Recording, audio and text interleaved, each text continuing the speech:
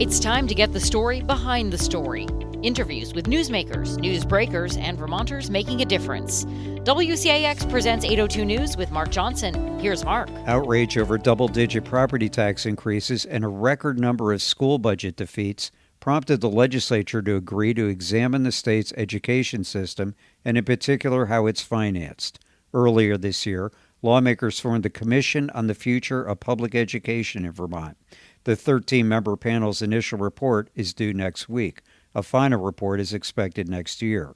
In this edition of 802 News, Commission Chair Megan Roy, a former superintendent, outlines the group's findings so far and discusses some possible ways to restructure the education system, including closing some schools, to reduce the more than $1.8 billion cost to educate approximately 83,000 K-12 students. First, a word from our sponsor. At Red Hen Baking Company, they believe pure, uncomplicated ingredients in the hands of skilled artisans are the building blocks for great food. They're dedicated to creating the best food from the best ingredients. You'll find an ever-changing lineup of delicious pastries, sandwiches, and soups at their beautiful cafe off Route 2 in Middlesex, just off I-89. Their breads are also available in many other locations. Led by owners Randy George and Eliza Kane, Red Hen Baking Company has been on the leading edge of the local food movement since 1999. I was thinking as I was driving over here this morning, I couldn't think of the correct analogy for this job you're taking on. What Greek myth story, or maybe not Greek myth, but Hercules came to mind, Sisyphus with the rock. But I think the one that I really thought most about was the Gordian knot. And this job, chairing this commission with this title, the Commission on the Future of Public Education in Vermont, wow, that's a big load to carry. Why did you even want to get involved in this? That's a great question. And I think the answer to that question is that as complicated and sometimes impossible as the charge seems, it's the right charge. So I'm an educator. I've spent most of my time in Vermont as a special educator and a special education leader. I've been a superintendent, but I'm an educator. So I care an awful lot about the structure of public education. I think public education is the system that is meant to be designed to meet the needs of every kid. So the commission, to define the future of public education in a really complicated policy time, it's the right charge. If I were backing up, because there's a difference between being part of the work and being the chair, those are two pretty different roles. But this issue of how we pay for education in Vermont can't really be disconnected from how we deliver education in Vermont and who makes decisions about how we deliver education in Vermont and what we want that education to look like. And if you try to just address one of those things, you're generally not going to have the outcomes you want. So the commission, as complicated as all of those, the laundry list of things that we're responsible for addressing, they are all related to how much it costs and what it provides for kids. And I'm really, really invested in the part that's about what we provide to kids and making sure we continue and, frankly, improve on making education accessible to every kid, make sure it's rich for every single kid in Vermont. And so I want to be part of the conversation if there are going to be decisions being made about the conversation. It sounds to me like you're really worried if people just focus on the cost that the quality of education will suffer. Absolutely. And I think that's sort of the obvious statement. I hope everyone in education would have that perspective. But Vermont's pretty complicated in how we deliver education, and we have a really interesting interface between letting the folks closest to our kids and families and communities make those decisions, and there's a lot of really important reasons why we do that. And when that is true, there are differences in the decisions that those communities make, and there's tension there when it comes to equity and what kids have access to and what they don't. And I generally believe that the answer is complicated. And that's why this charge of this commission is complicated, because if it were a simple answer, we probably would be doing it. As you've said, there's this preliminary draft for the commission discussion. There's no silver bullet. That's exactly right. Those weren't my words, but they are accurate. Talk about the sort of three legs of the stool here that you're trying to balance. Yeah, so the commission, back when it began its work, there is a lengthy list of policy considerations that the commission is asked to look at. And some of them are named. The education finance system is named. The governance and administration is named. And the delivery model is named in the law around physical size and footprint of the system in Vermont. But there are other things as well. And the commission, needing to take that enormous charge and make it feasible to work through, frankly, clustered the work around those three things. And that's because how we finance education, so how we raise the money, how we spend the money, and what it looks like, is driven by how we deliver it. So that's the physical size and footprint. And then in Vermont, the governance and the decision-making around it, which is not just local control versus state authority, but it's also how does the State Board of Education function? How does the Agency of Education function? The work really coalesced around those three areas, and I think the three legs of the stool is the right analogy, because when you touch one of them, things happen in the other ones. Or if you try to touch one of those levers or legs of the stool, the others are going to be impacted. And so really the answer is looking at all of them. Let me ask you some blunt questions. Is Vermont spending too much on education? The hesitation is because what do we mean by too much? Vermont spends more on education per pupil than most other states. That's a pretty well-known fact.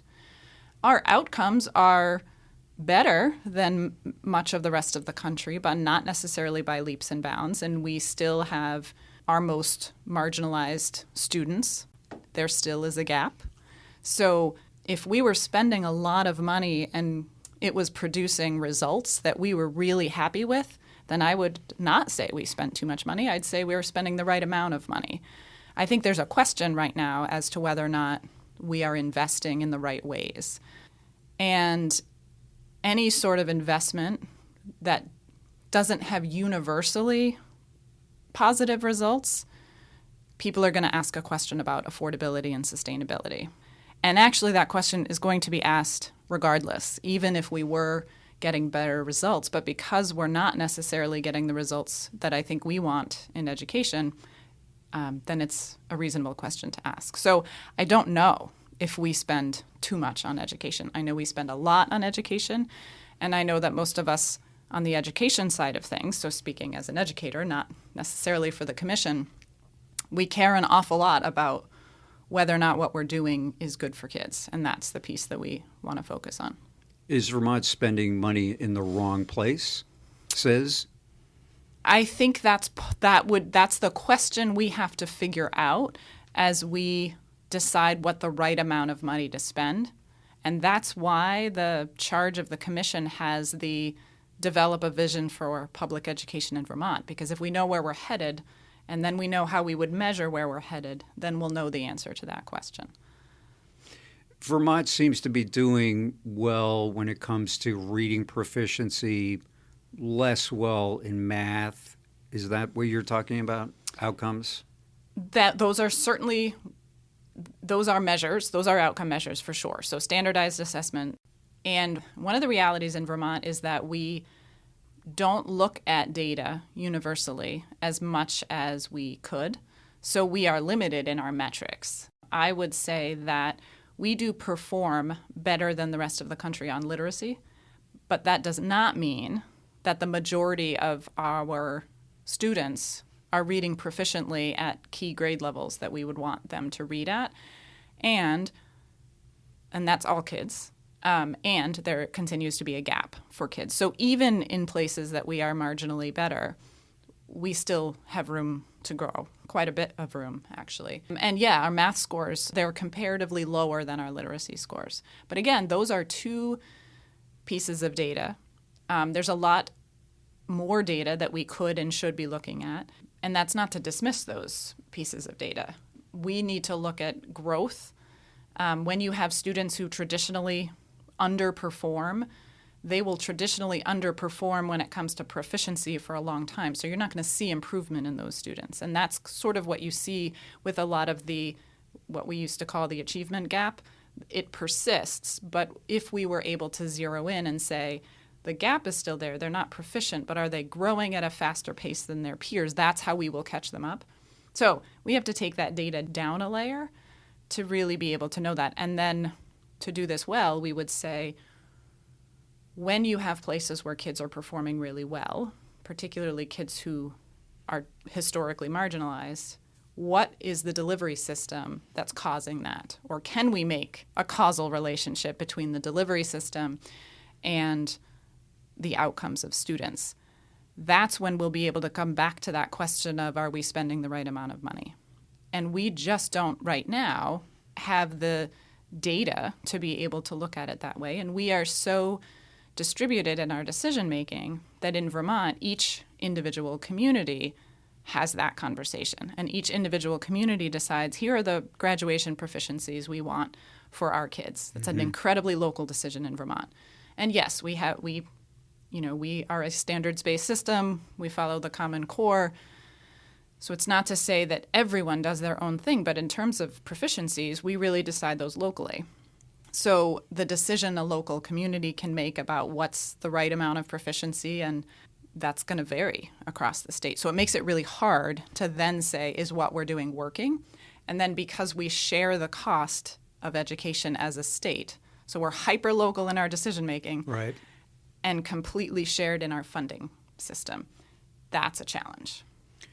Does Vermont have too many schools, too many supervisory unions? You were a superintendent, as you mentioned, down in Washington County. You know about this.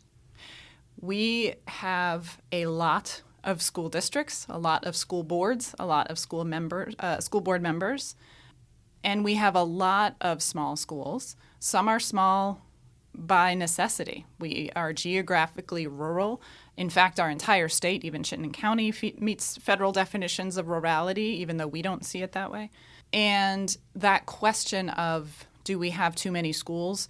We need to lean into that. We have to look at how are we delivering education in those places that are small by design as opposed to small by necessity. What are the outcomes that we are getting? It brings back up that whole question. And you probably hear me hesitate to answer that question of, do we have too many schools?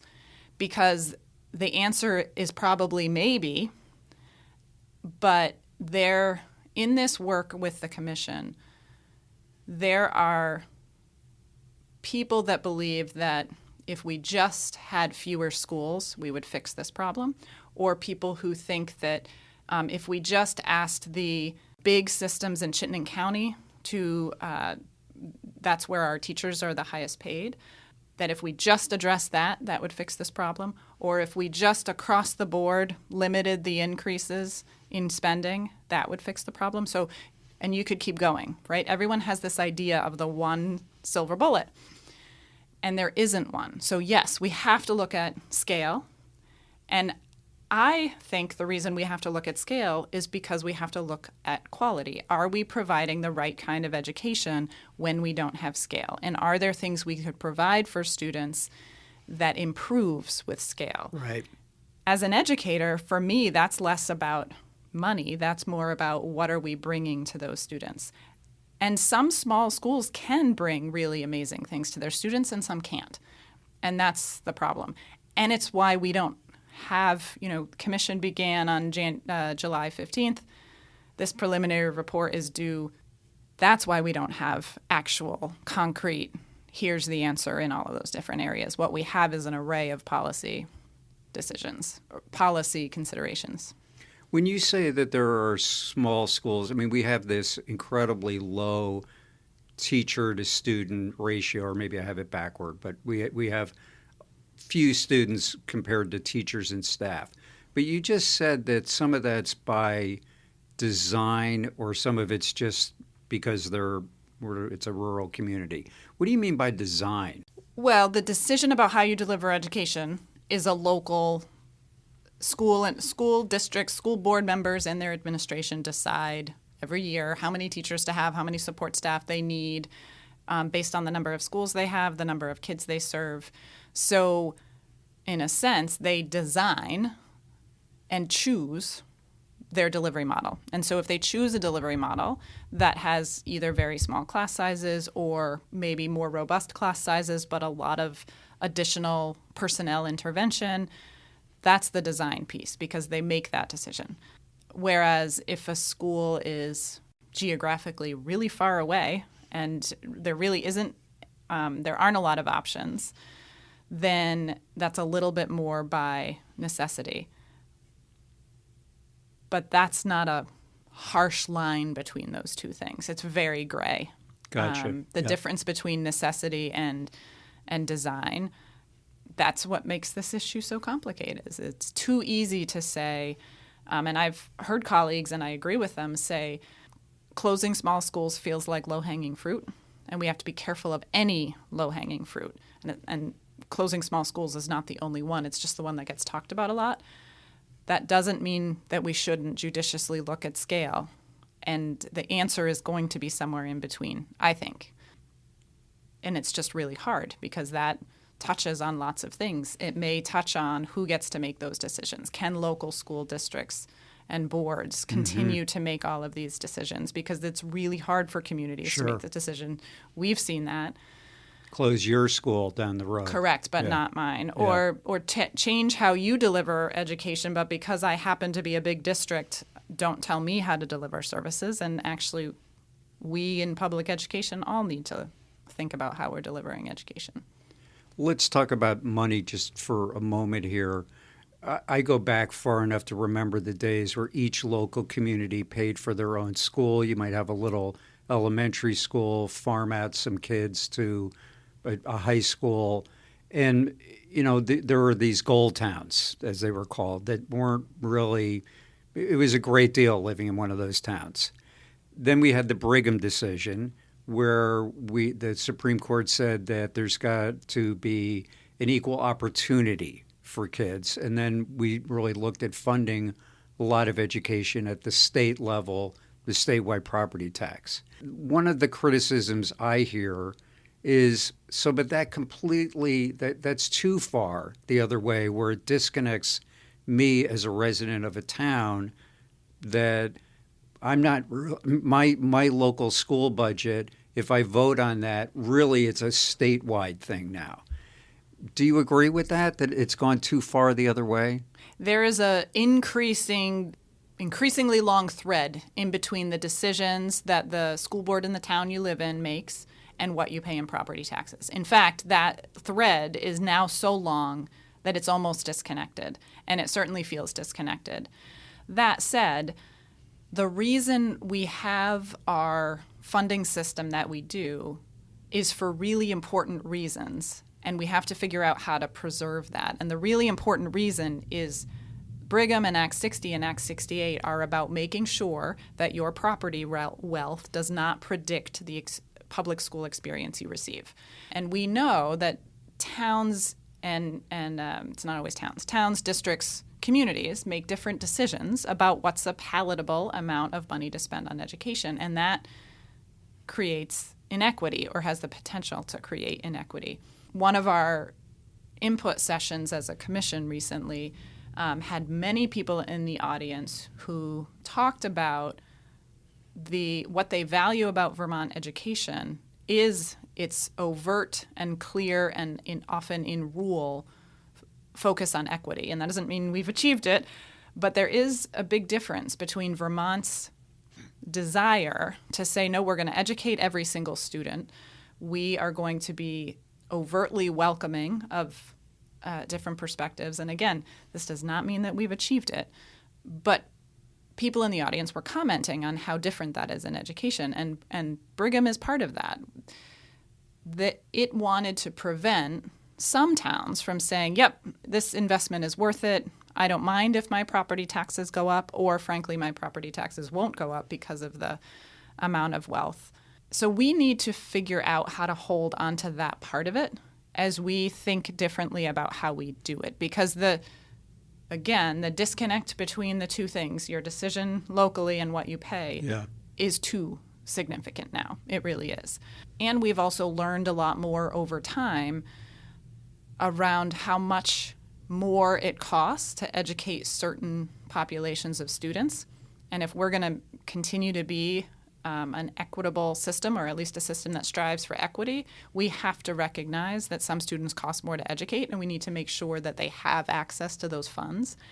And I would say right now our locally focused decision-making structure puts tension on that reality. We have some districts who make decisions to spend less on a population that is arguably needier. And frankly, that's what Act 127 was meant to address, was meant to increase the tax capacity for districts who serve a needier population. But some of those decisions those local school boards choose to take tax relief over increased spending on students. And that's not what the intention of 127 was. So there's a recognition in research that students who come from high poverty backgrounds, students who are English language learners, students who have disabilities, and there's unfortunately correlates between at least two of those measures. Students who live in very, very rural areas, they statistically and from a research standpoint cost more to educate. That's what Act 127, which was the result of the weighting study. And Vermont has weighted our pupils for a long time, but those weights were never originally established based on any research base. They were a little arbitrary. The intention was good, but they weren't really matching exactly the difference in cost. So 127 was meant to apply new weights and therefore increase the tax capacity for districts who serve needier populations, whether that is because it's a high percentage of kids from a low socioeconomic background or high percentage of kids who are English language learners, any one of those populations. And as we know, there were other elements of 127 that did not work because there were really complex funding incentives, arguably, baked into the law that really had nothing to do with weighting students and had more to do with passing this pretty big shift in how we fund that made this really complicated and caused the perfect storm that happened last tax season. Where a third of the budgets Correct. Initially went down. Yep. When you were talking earlier about the disconnect between local decision-making and state overall spending, which was sort of the goal of Brigham, you had your hands apart sort of holding this thread. And I'm not looking for you to give me the solution today, but what are some of the ways that you could bring your hands closer together? Mm-hmm. Well, I'd start by I was illustrating the decision-making part, the governance leg, and the funding part. I would start with the third leg of the stool, which is quality, delivery model. So in Vermont, we have a state authority and responsibility for public education. That's in our Constitution. And we choose to delegate a lot of that authority. But we also have a state board of education and an agency of education whose job it is to oversee our system. That structure, so we have education quality standards. We have a defined, essentially an operational definition of what quality public education looks like in Vermont. And historically, the agency of education plays a support role, but not necessarily a compliance role in education quality standards. And that's not to say they don't focus on compliance. They do. They're responsible for federal compliance. But I think folks in the system would say that so much of the decision-making is distributed locally that there is quite a bit of variability in adherence to our own education quality standards. And in Vermont, it's usually exceeding them. That's different from other states, right? Other states are looking to bring up. In Vermont, it's often that we choose to have more staff than our education quality standards require. So one of the ways to narrow the gap between decision-making and spending would be to give more authority to the entities that hold school districts accountable for our education quality standards, requiring better adherence to those ratios, requiring explanations. If you choose to exceed the number of staff, why is that? Right now, that's not a question that school districts are asked. So in order to preserve what happens to kids, I think the way to get at this is to say, we've had this definition of quality education that no one really holds school districts tightly accountable for. So I would enter that third piece in as one of the ways we bring those three things closer together. I'm hearing more. When I hear you say that, I hear more state power or more state authority, and I think, oh my God, that's like a third rail in Vermont where we pride ourselves. We have this exceptionalism about local control. Good luck. Well, the third rail, I think I've probably said this in commission meetings. There are a ton of third rails in this conversation. And yes, one of them is local decision making. Vermont has a tradition of local decision making. That's one of the guiding principles of the commission that every time I explain them, it's not really a guiding principle so much as an acknowledgement. We have state authority, technically, and an immense amount of local control, and those two things are in tension. Yes, talking about local control is a third rail for many people. So is looking at small schools. So is looking at Vermont's tuitioning program to independent schools, and so on. There's a lot of third rails, and that's what's made this so challenging. A lot of the possible considerations that will land in this report that comes out are not new. People will read through that list and be familiar with the ideas. They've been proposed before, and they represent third rails for large portions of our system, and that's exactly why the commission, I mean, it sounds repetitive, but that's exactly why the charge of the commission is as complicated as it can be. The fear that I have is that there's a demand for action, particularly in this upcoming session, and we can't just keep saying it's complicated, give us time. The commission recognizes that. And also, it's complicated and it takes time. And so that's going to be a really difficult thing to navigate. And I think it's going to, my opinion is that the answer will touch on the third rail of many people. Give me an example of what you're talking about that the state should be more involved in and the local communities maybe less involved in. Well, when a school district builds its budget and decides how many teachers, and teachers is classroom teachers, it's special educators, it's intervention teachers, so I'm using that pretty globally. There are standards in our education quality standards that say for every X number of students, you should have this number of adults in these categories, and if you have fewer than this many students, you prorate them. That's written in our ed quality standards. But many school districts choose to exceed those standards or not prorate. And this actually shows up in the Agency of Education State Profile Report, is that we tend to round up. Those are Secretary Saunders' words. So that's an example of where local decision making, we have state board rules, our education quality standard, our rule, and we have decisions locally that are not in alignment with that rule, which is a strange thing to say because it's not that we're below, it's not that we're giving less support to kids, we're giving more. And that's also hard to argue with, right? Right. So that's an example. And the other example I'm using it because it feels easy, and I worry that it feels easy because what I mean by easy actually is that it's a simple example of your question. And I also know, and I'm even more aware of it after doing this work for a few months, is it makes it seem like this is our focus. So I'm talking about small schools and school closure. It's really hard for communities to make those decisions.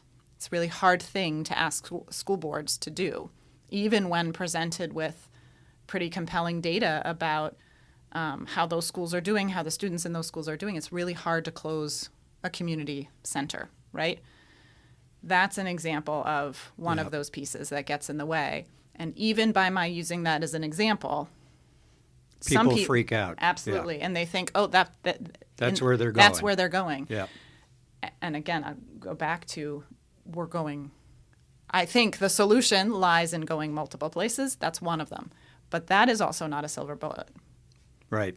Because when I'm thinking, as you say that, is if you go that route, then you're going to, I was thinking 2 Vermonts earlier when you were discussing the old days where Stowe had this school system that was almost like as good as any private school. And then you had other communities, which I'm not even going to pick one, but had schools that weren't as good. I mean, the danger with the small school closing is that you wind up having almost these ghost communities where why, if I'm a young family, would I want to move there? Yeah, and I think we have to get more complex with our thinking around that. There are ways to maintain community centers if we're really collaborative and we work outside of the walls of the school to talk about what kind of community center is needed here in our town. For some, that may be creating community schools and sharing, like interagency sharing of space. But for others, the community center can maintain in a way that's completely disconnected from the school system. It could become a senior center. It could become a community center. There's lots of other things. And for some locations, the students are not, in some places, yes, they're going to be on the bus for a long time, and that is not a worthwhile endeavor just to create scale. But in other places, they really wouldn't be going that far away, and they might be joining groups of students that they're going to join in 2 or 3 years when they come to high school anyway. Right. So the answer is nuanced, and that's the other thing. That's the other reason there's no silver bullet is there are some very small schools that need to stay as very small schools, and we need to support them appropriately. And there are places where students have complete choice as to where they access their schooling, particularly high school, but some for all grades. And that's something that we probably need to look at too. And that's a third rail for some people, because some people move to communities not because they have a school, they move to communities because they don't have a school. Yeah. So, yeah. It's interesting you talk about the different uses of these community centers. And, there are a lot of people out there, myself included, who are making this comparison between the education system and the healthcare system. And people are talking about, we have 14 hospitals, that's too many. Maybe we can turn some of these into urgent care centers the way you're talking about turning a school into a community center or a senior center. And I was thinking about this more as I was preparing to come and talk to you, and I thought, well, there are a lot of analogies that seem to fit between these two incredibly pressing problems. Do you see these two as being similar problems? Yeah, as I cannot even close to pretend to have any expertise in healthcare, but I can say that when... Oh, come on, you could take that on too. When I hear people talking about the high cost of healthcare, the complexity of delivering healthcare in a rural state and how much it costs to do that, and whether or not we need to consolidate, close, shift services, and then local folks coming out and being really concerned about that, that is what's happening right now around education. So that's where I see the overlap. And I am guessing that similar to education, the answer is complex. And the answer on the healthcare side, I would imagine, can't just be close a bunch of hospitals, just Right. like the solution for education can't be just close a bunch of schools. But it also probably means deliver healthcare differently in some way, because the answer on the education side is likely to be deliver education differently. So that's where I see a lot of parallels, and I don't pretend to have the expertise on that side of it. But what I know from being an educator is that the outside view of what is quality, what's the right delivery system, there isn't a single answer to that. And actually, that's where Vermont excels, is recognizing that. But that doesn't necessarily mean we need 251 different answers to that question. So the same thing is probably true in healthcare, is that the answer is somewhere in between. And the good thing, I think, what you were just alluding to, I would agree with too, which is that Vermont is small enough that we can make these kind of changes that your group will ultimately come up with. Presumably that people that know more about medical delivery than you and I do, that we're small enough that we can actually maybe make some of these changes. But, we're part of part of where I don't think these two are analogous, and tell me if your view on this. I'm thinking to myself, in the education system, we have this decreasing number of students. We're now down to a little over 80,000 students in Vermont, and that's down, it was 90,000 just 5 or 6 years ago. And we have an increasing population that needs health care. Mm-hmm. And both the costs are going up but that's if we had more students coming into the system, sort of the problem we probably maybe like to have in Vermont. But that's a big difference. It's absolutely a big difference. And I think that part of what we're doing is holding on to the hope that we might eventually need more space for students, because we would like to have more kids in Vermont. But the reality is we can't just say don't change things until more kids get here. Like don't change our delivery model because eventually we might have more kids. If we do, we will respond at that time. But our enrollment decline, I think the latest number, you shouldn't quote me, you should check the report, but I think it's a 21% decline, between 20 and 22% decline in enrollment. That is significant. And some of the from where to where? Of student enrollment decline over the past 6 to 10 years in Vermont. Yep. So the solution to bringing more students is arguably beyond the scope of a local school board. It's our housing challenges, it's jobs in Vermont, it's all of the things that we talk about as a state. And so it's not going to change overnight. And affordability is part of why Vermont's a tough state to move to right now. So those things are connected. And again, folks who want to hold on to the way we currently do it will say, well, the way we do it is why people come here. But that hasn't really played out. Or they want to come here, but they can't. And we have to understand that reality. And then again, because I focus most on the quality part in my educator focus, and I believe that there are places that we could use our resources in better ways for kids that result in better outcomes. And for me, that's the most important part of the conversation. Thank you for leading me into my next question. Again, comparing this to the medical system, a lot of people say it would be okay for us to make these changes in the medical system because one of the areas we're really weak in is primary care. And if we could get more primary care, turn some of these hospitals into, urgent care, we would relieve some of the pressure on emergency rooms right down the street here at UVM Health Center. Is there an analogous comparison with the education system that you could change something in the system so that it would relieve pressure somewhere else like that?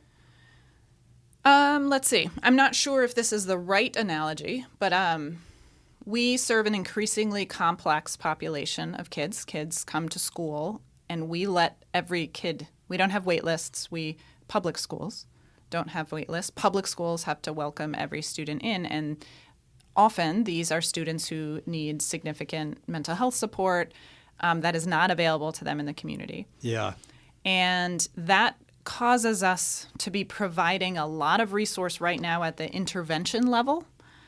And we know as educators that in order to do what we can do about that, yes, we would love for there to be community-based supports, but in absence of that, we know that if we work on the general education system and supporting them before they have really acute needs, that's a better investment. So maybe that's the connection to primary care. Yep. And we are so focused right now on the very acute needs, because we have to be, that we are not investing in the what I would say the general education, increasing the ability of teachers to be able to meet more needs of more kids. So then you have fewer kids, and then the kids who will still have acute needs, because we always will have those, you can target that intervention better. And we're spending so much energy on that top population that we haven't been able to focus. And also, I would offer that some kind of scale is needed to be able to improve the system as a whole. And scale can mean having regional ways of delivering certain services for very small schools. There's ways to be creative. It doesn't all involve closing things, but there is a place where scale is needed to create that. I think there's a lot of overlap between healthcare and that part of it. I think that's a really insightful answer. I don't want to go too far down this rabbit hole, but you're somebody who's been involved in the educational system. Why is that mental health problem increased so dramatically? I think that it's not unique to Vermont. I think we have more and more families living in poverty, living in extreme circumstances. We have a community-based mental health system that does have wait lists, that doesn't have enough providers, that there aren't enough therapists that exist. And even if you have health insurance that would cover the cost of your therapy, you are still placed on a wait list. So those pressures then come into the school system because those students, there is no wait list for public education. There's not allowed to be. That's the challenge. And actually what's happening now is a fairly significant portion, and there's research to support this because special education costs have looked at this for a number of years.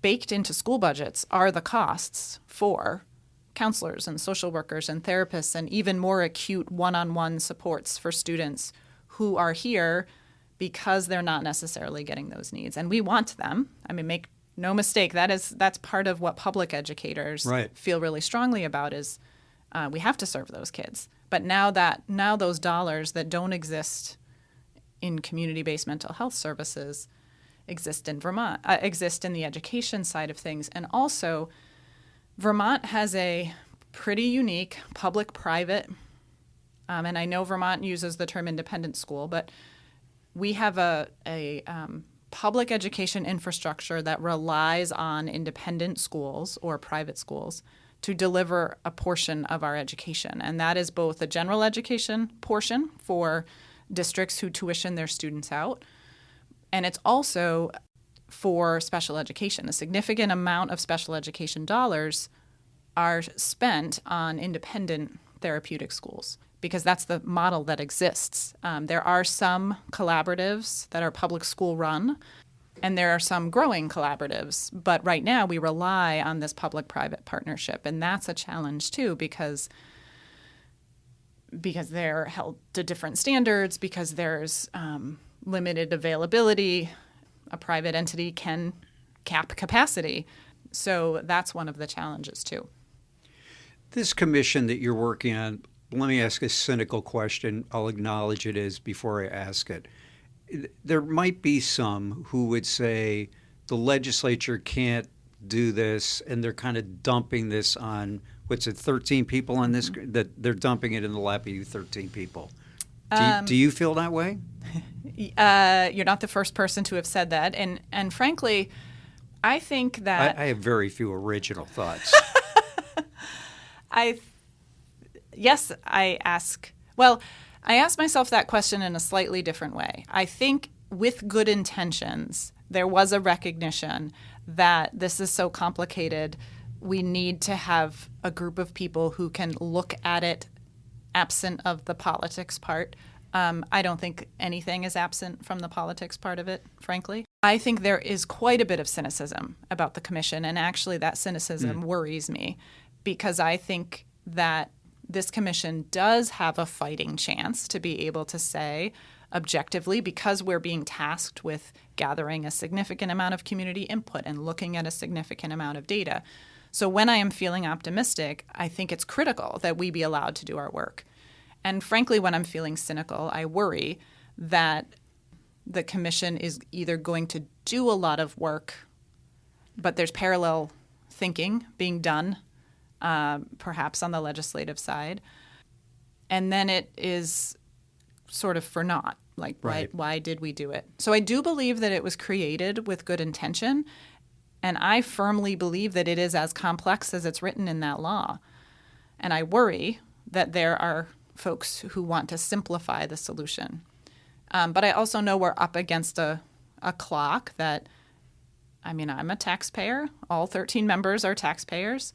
And even as someone who I feel like I'm probably a privileged taxpayer, it's still something that I recognize we do have an affordability problem related to education in Vermont. And for me, the part of the problem is that we are spending a lot of money, and I'm not sure we're getting the results that we want. I would always couple it with that. How are the 13 people in the commission going to come to a consensus? Wow, that was a sigh. I think it's going to be really challenging. Yeah. I think the makeup of the commission, like most things that come out of the legislature, was meant to put a bunch of perspectives in the room. And going back to the third rail analogy, there's third rail proposals. That's the hardest part of being the chair, is my role is not necessarily to share what I think is the right thing to do. It's Herding cats comes to mind. Yep, I'll let you say it, but yes, it's really challenging. I mean, everybody seems to have had, like you, a background of education.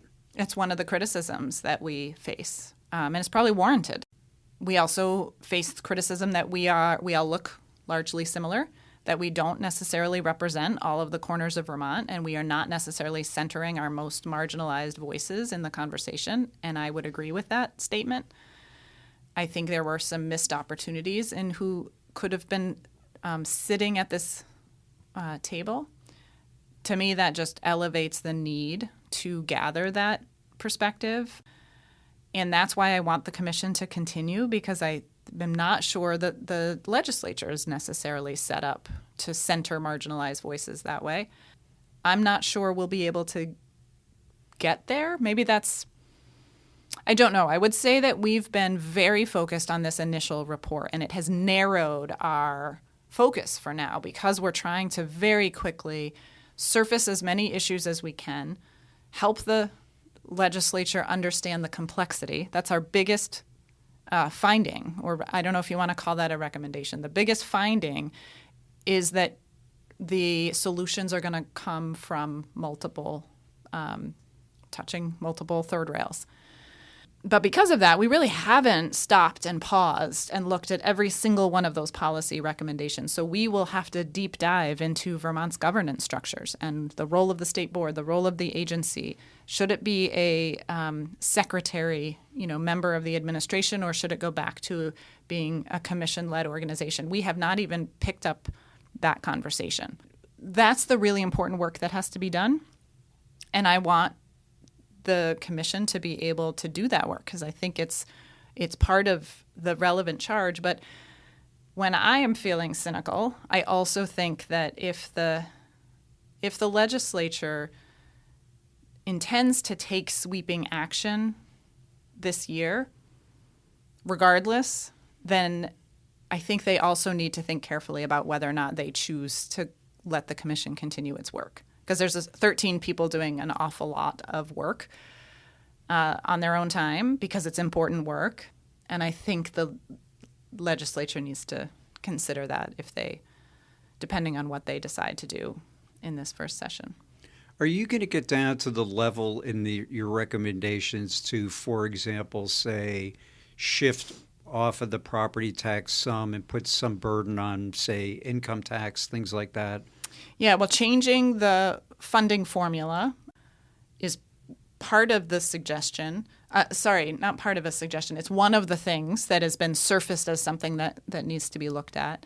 And changes to where we generate our revenue, property taxes or otherwise, is listed as an item of potential consideration.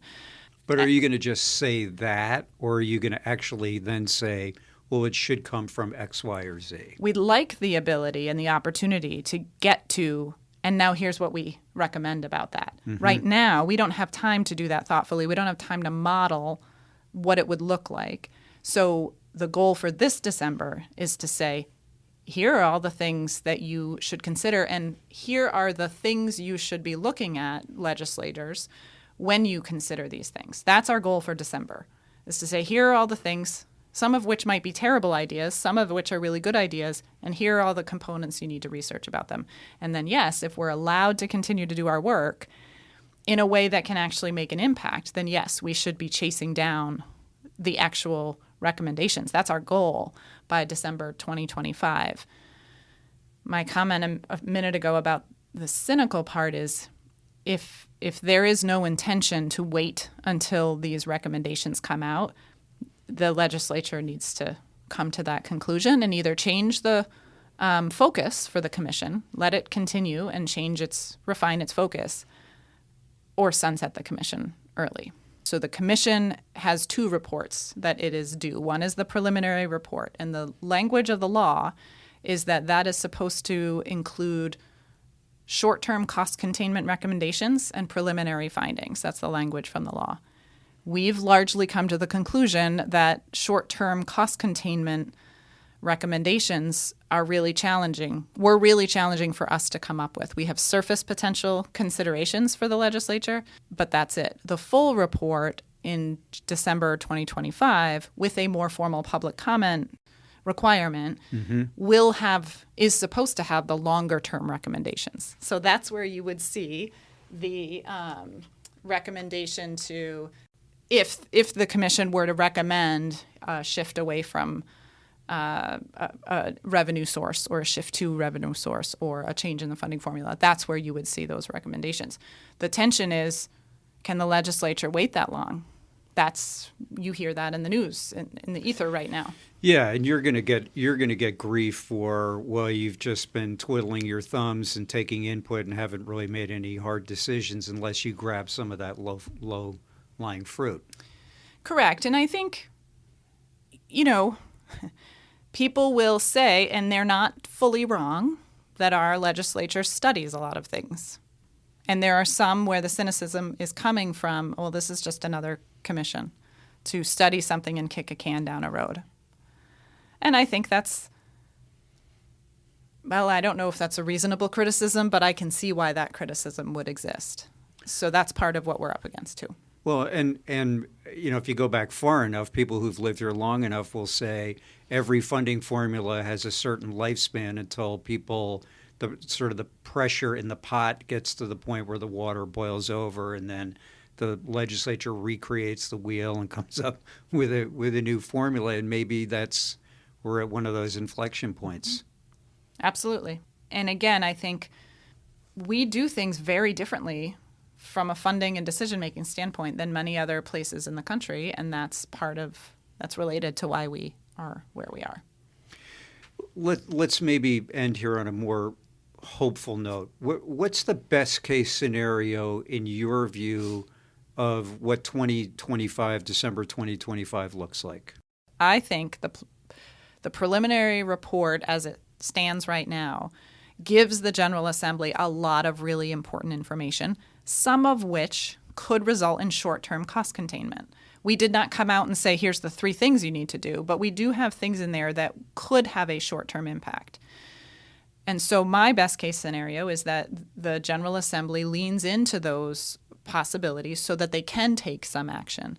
And they also, though, have an eye toward the bigger potential actions, and they're going to have to start discussing some of those longer-term change in a funding change in a formula. Those things will take time, even if a decision was made this year. So if they take the information from the commission, recognize it as useful and informative, and then use the commission to continue to study the things that they are constrained to study in their short time frame, then, frankly, working together and also, let me finish that thought, working together to get us to December 2025 with actually a set of recommendations, because we would have time. I'm not sure that we can come to consensus, but I bet we can come pretty close on certain things. And the other thing that allowing the commission to do its work will do is pick up the community engagement piece and the whose voice is at the table piece. That is something that we have a citizens legislature.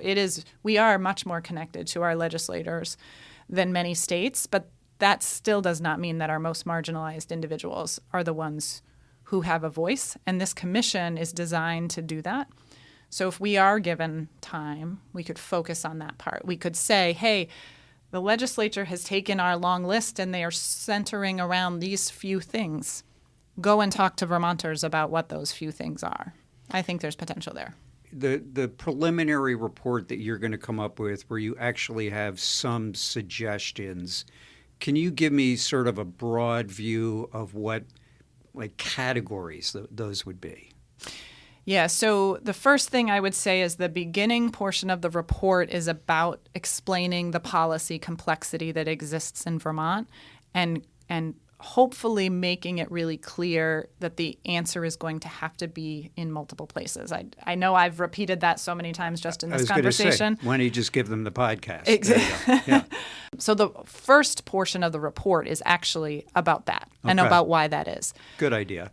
Then it is there's two things that we hope to give them. One is a look at all of the different pieces of data that we think are important to this conversation, some of which we've had, some of which we've had in part or in full, and some of which we don't have yet. But we want to let them know what all those pieces of data are.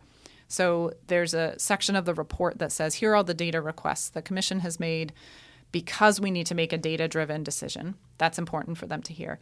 And then, frankly, the last part, and this past week's meeting spent a lot of time in this part of the conversation. Right now, the thinking is to show the General Assembly all of the things that have been proposed and be really clear that these are not recommendations. This is essentially a status update of all the things that are being discussed and the things that we think are important to look at related to those ideas. And it's a long list, and that list is going to have things on it that are not going to become recommendations. That's the tension part. There are some folks who say, well, I don't want that one to go in front of them. And so we're trying to be really clear that it's instructive for the General Assembly to have that information so that they see the array of things that have come up, and also be really clear that we have not endorsed any one of them. So that's what the report hopes to put in their lap. How much consensus is there with the 13? I think there is not every individual. It agrees on that last part, which is, do we include every brainstorm? And frankly, that's because some of those brainstorms I don't agree with as an individual. I'm not endorsing individual brainstorms. I'm endorsing the idea that we have to put it all on the table. And the majority of the commission does agree that it's useful to put it all on the table. And there's a minority of the commission that does not agree because, and this is valid, they are worried that anything you put in paper is going to be seen as a recommendation, even if it's not. Right. And I think that's a valid concern. So that's where the consensus lies. It's not full consensus, but I do think it's certainly majority consensus. But again, we're not yet making a recommendation.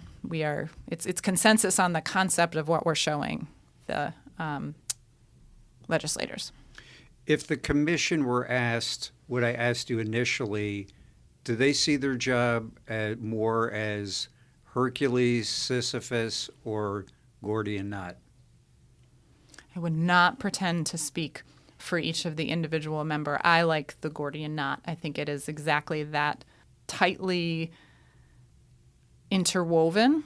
But honestly, I have lots of folks in that room that I wouldn't pretend to speak for them, so I don't know. Thank you for your time. Yeah, thank you. That wraps it up for this edition of 802 News, sponsored by Red Hen Baking Company. Thanks for listening.